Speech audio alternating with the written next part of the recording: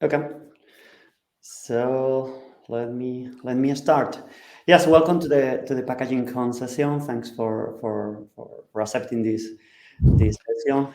The session is called Bitnami, 15 years bringing open source. I would say to the masses. Let me present Martin Perez, staff engineer at VMware Tansu project, and the tech lead of the VMware Image Builder project, who will cover the second part of the session. I am senior engineering manager as part of VMware Marketplace team, and I come from Bitnami Acquisition. I have been working like 13 years in the team, responsible of all the content produced for all platforms through the Bitnami project. Bitnami mission is to make software available to everyone, everywhere. We make it possible for anyone to quickly deploy software, mainly server software, on the platform of their choice. We currently offer native installer for Linux, Windows, and Mac that basically ships all the dependencies, libraries, requirements for any server software, mainly. Virtual machines in OVA format to be deployed in any hypervisor. Cloud images for the most popular public clouds, AMIs for AWS, for Amazon Web Services, Google Cloud, Azure Cloud, VMware, IBM, and others. And also single containers and Helm chart for Kubernetes. And the source code is available at GitHub. We have many different applications, traditional web applications like WordPress, Drupal, MediaWiki, and more. Full development stacks like Ruby on Rails, Python, Node to put your application on top of that and put it in production. And infrastructure services like Redis, Elasticsearch, Prometheus, Grafana, and more. The goal of the project, the goal of Bitnami is to simplify the user experience to get started with the most popular open source software. And also to provide a path to move from local development to production environment. In this case, production means the cloud, in this case. Let me go a bit over our history. We have been pivoting several times during the history of Bitnami. Our starting point was in 2003. The business model of open source software was validated with companies like Red Hat at that moment, and there are many others following the similar model, right? The installation process was pretty difficult at that point. Some of them create the packages for different distros, even different architecture, different Linux, different or other operating systems like Solaris at that time, right? Many variety of system. Install Builder is a cross-platform installer creation tool. This was our first commercial product when we started. And we helped other open source companies to package their own software. Java, Apache Tomcat, Python, MySQL, Postgres. The goal was simplify to get started with those open source software in any platform to get more adoption from users. The Bitnami project started in 2007, creating Windows, Linux, and Mac installer for just 5 open source projects, WordPress, Drupal, LAMP. We leverage the code that we implement for components for different customers and making them reusable for other installers. So that is why we created the Bitnami project. Pretty soon, we also released virtual machines in OVA format as well. Shortly after, we moved with our own servers to AWS, our own FTP servers or web page servers to AWS, and we could learn all the benefits from the cloud. Even before AWS Marketplace was available, Bitnami was providing public AMIs ready to use for AWS users. And they were pretty well received by users, but also Amazon as well, right? We are providing a lot of infrastructure usage from users that come from traditional web hosting, shared hosting, virtual hosting, etc. Then Azure and Google also created their own platforms. And we continue increasing the catalog, also improving the user experience. And that allows us to be the company, the first provider of images in all of them, of the most popular public ones. In 2013, Docker appears and tries to solve the same problem, simplify the deployment of server software in any platform. So we adopted it and start producing a catalog of images and deployed by Docker Compose for local development. All the eyes were on companies at that moment that creates a production environment for this new technology. Mesosphere with Apache Mesos, Docker with Swarm, and the open source incipient project Kubernetes at that moment. So we adopted Kubernetes because it was the open source one, looks like pointed the most popular one, and worked closely also with Days, a company, the creators of Helm tool that was acquired at the end by Microsoft. And we work with them to simplify the deployment in Kubernetes, in this case through Helm chart. So focusing on the native, cloud native offering right now, we have around 100 Helm chart, continuously verified, tested in multiple Kubernetes environment with up-to-date components, and also very top focus on production environments, high availability, creating replicas, logging, monitoring, and more, those features. But how Bitnami was able to release all those open source up-to-date components in different marketplace, etc., with around a team of 20 developers, the key is automation. Everything should be fully automated, starting from the detection of new versions to download it, compile it, test it, everything with a large battery of integration tests in multiple configurations. You can see there are like more than 1,200 components that we are actively tracking and downloading and putting into the pipeline. Bitnami continues being the leader on the major public marketplace, AWS, Google, Azure, with the images. But for Helm-chart specifically, the adoption is growing exponentially in Kubernetes. A part of the number of pools that you can see there, that is pretty significant, the number of contributors at the project and the quality of the pull requests of the repo are getting every day. Reviewing some of them, anyone can realize those contributions are covering a specific configuration or scenarios for production environments, affinities, several nodes, etc. Some good examples are adding new options to be more flexible, those Helm-chart, or improving the reliability of the specific configuration. So that's a great example of engaging the community to collaborate and improve that catalog of solutions. Let's now deep into the automation. Everything was designed following the Unix philosophy, do one thing and do well. So in each of those steps, we use different tools, and also most of them are already open source. There are many ways to check versions and download the software at internet, right? The version checker, the downloader, goal is to try to implement like a standard API through internet. So that API is now consumed by the rest of the pipeline. It is like a standardization layer on top of everything that is around the software, the open source code, the source code available outside. Once that layer is fully standardized, we can get the software and create the compilation recipes, build the binaries for different distros, creating the packaging steps, adding the configuration logic at runtime for each of those components. With those components that we also call them like building blocks, Apache, Nginx, Ruby, that you can put together, the system creates the Docker image in a combination of them. So those images are tested via Docker Compose, like a small testing, but also in Kubernetes in different GKE, AKS, and many Kubernetes platforms through the Helm chart. So those tests are making sure the binaries are working, the configuration files have the proper parameters, execute action into the databases to make sure it's available to create a table and the replica is replicated, etc.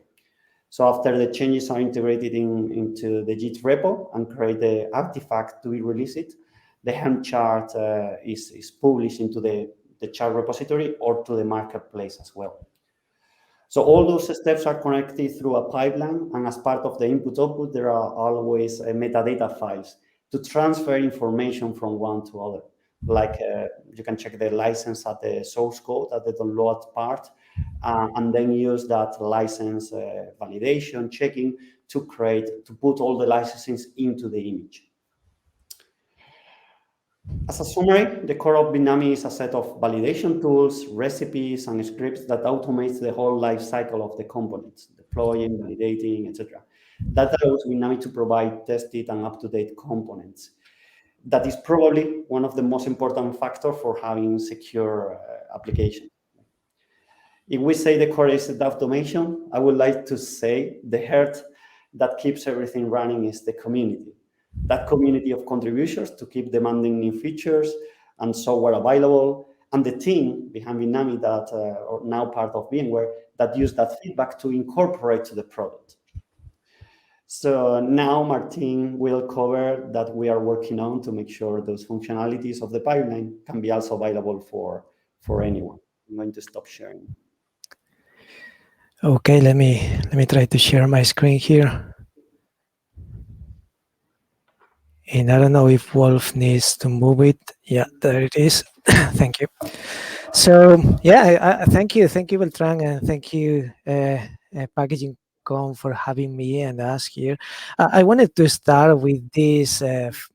With this picture, with this fallacy of the good old days, right? Both Beltran and myself have been in the industry for a while, and when we think back in the early 20s, like when we were talking at universities explaining open source and trying to advocate open source, and if I put myself on the skin of a sysadmin or a chief security officer, chief security or chief chief administrator officer or information officer or something like that, basically I could probably think about the good old days, right? The time where things were easy. Those times that Beltran was talking about, that they're kind of simple. They're not that much choice. Of course, it's a fallacy, right? Because uh, it was simple, but it was pretty messy as well. And today we have things like what we have seen. We have things like the cloud. We have things like Docker. We have things like Helm charts, right? So yep. So if I don't know how I came up with this comparison, but if we look at the full stack that was required probably in the early 20s, right, and we probably focus on what unarguably will be like the most popular one for web development, it's actually kind of simple, right? So you have PHP, you have your database, you have Apache, you have some admin tool. We've been there, right? But on the right side, and I picked this picture actually because it caught my attention. It was funny that it's actually a product that you can buy on Amazon.com.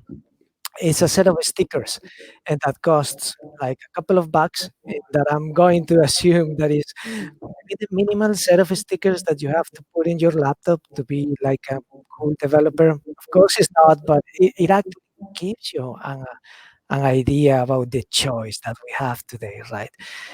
And I was sharing these slides with a friend, and a friend suggests me, "Oh, you need to put this in your presentation because you are going to talk about the CNCF landscape, right?" And here I filtered the options for open source, and basically so it's only showing the open source solutions, and I'm not going to zoom, but basically zoom in. That basically you can see that there's plenty of databases, there's plenty of streaming solutions, observability solutions, frameworks, programming languages. It's if you put yourself on an IT administrator of a big corporation, this is a problem, right? Open source has exponentially grown over the last few years.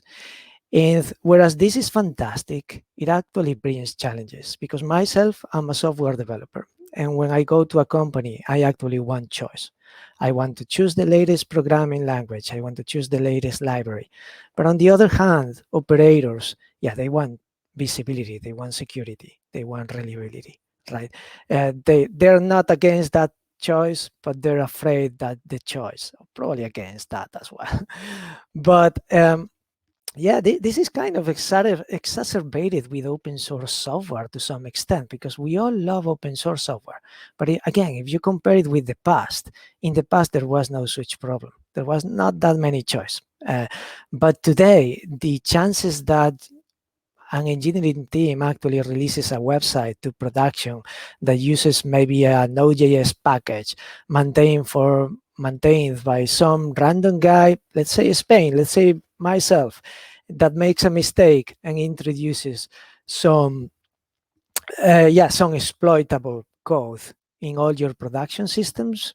That is a reality. That is a real risk, right?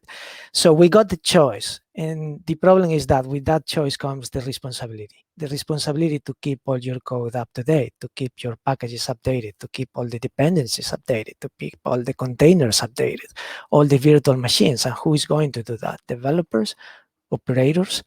Well, if we go back um, to Beltran's slides, right? Basically, that is what Bitnami has been doing. So when VMware acquired Bitnami in 2019, they were pretty smart about it because they figured out, well, open source is huge and companies actually need this. They need someone that sustains these systems, someone that is actually able to do the heavy lifting for us. And they started to work on moving the open source catalog that Bitnami maintains and sustains at bitnami.com and at GitHub to actually offer it to the enterprise. And it works the same way. It uses the same supply chain that Beltran introduced there. But basically, when we pull all the data from upstream, it actually builds well, it offers a user interface to the users, to the IT admins, where they can essentially self-serve uh, their organizations. They can pick and choose and say, yeah, I'm going to choose Cassandra. I'm going to choose maybe Kafka or Redis or Grafana or Prometheus, and I'm going to put that stuff into our own internally repository, right? So with that, they can limit the choice. They can yeah, offer trustable solutions to internally, but at the same time, Bitnami runs all that continuous validation that Beltran was explaining and keeps all the dependencies up to date. And on top of that, what we added to this enterprise product is the ability of getting your bill of materials. You're doing vulnerability analysis or getting antivirus scan reports or doing the functional tests or also applying custom-based images that corporations might actually have, which are very important as well. And I think if you want to get an idea or yeah, an idea out of this set of slides, the ones that I'm presenting here, what I think what is important here from this talk is that essentially Bitnami, in my opinion, because I've been not much. I joined Bitnami very recently, VMware and the Bitnami team, or the Bitnami brand very recently. But I think it has effectively moved a motto that was make open source software adoption easier for individuals to the corporate world very effectively. So make open source adoption easier for corporations. And they want the different things, but kind of with the same content, right? So whereas individuals that are using the public open source catalog and the content is the same, bear that in mind, it's just the same content. But whereas on one side, you are interested on having a lot of choice, on having a standard OS images, on being able to install that software from public marketplaces, from the public cloud. On the other side, you are interested on limited choice, on getting all those additional features, on having customization over your images, or having a hardened Linux of choice, for example, or all the metadata compliance auditability. So to me, I was pretty surprised with the great work that the VMware application catalog, which is the enterprise solution, I should have said that, actually has done. I mean, it's pretty outstanding what the two teams have executed here. So now, is this that pretty? I mean, I drew here a very pretty picture. It is for customers. It is, whether it's individuals or companies. What about ISVs? What about companies that want to publish software in all those places that Bitnami or VMware publishes, on distribution platforms, on marketplaces, on registries? Is it that easy for the likes of Elastic, for the likes of Confluent or Redis Labs, or maybe internal ISVs like teams within VMware that want to publish to those platforms? The reality is that it is complicated, because that system that Beltran did show, the numbers are huge, the scale is big, and every new project actually means tens, hundreds of different jobs that we need to execute and continuously update. So it's a tremendous challenge. So we knew that we needed to refactor, to revamp our backend to scale for the future. But at the same time, when an ISV came to us, there was a lot of friction and back and forth because we actually will be asking them, hey, can you build things our way so you can publish it to where we publish?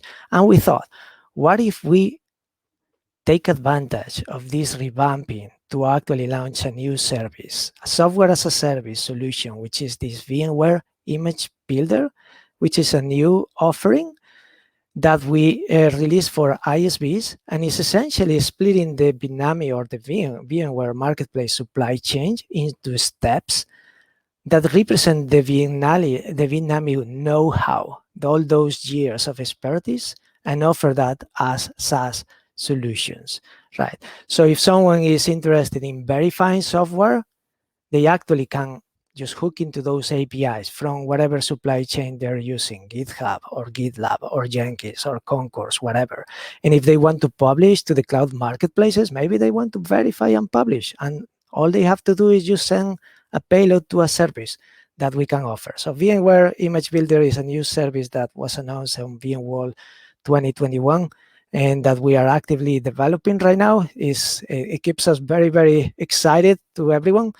And well, hopefully you are going to hear more about that one sooner.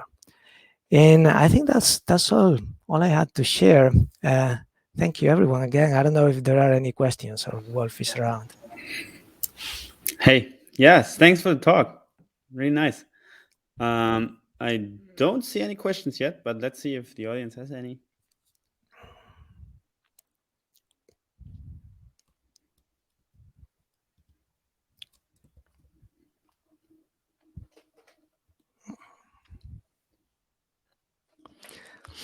It's the last talk. Yeah, the last talk before 20-minute break. And then we'll be back with Julia's PKG, Design and Rationale. Yeah. At 7 UTC, whatever time that is, wherever you are.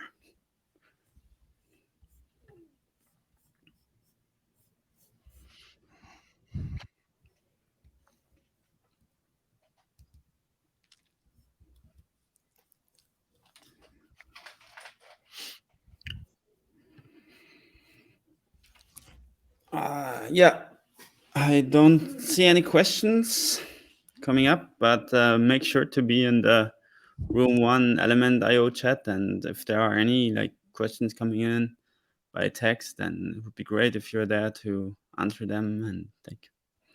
Good stuff. Thank you, Wolf. Thank you for coming and presenting. Thank you very much.